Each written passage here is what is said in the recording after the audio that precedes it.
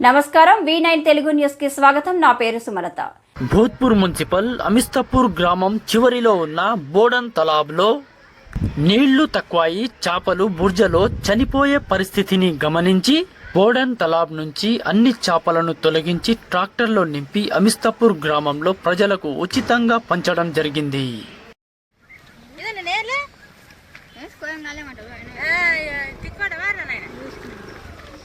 photo उतार ले मस्त अच्छा गांव में आधा गांव का घर है इसको ना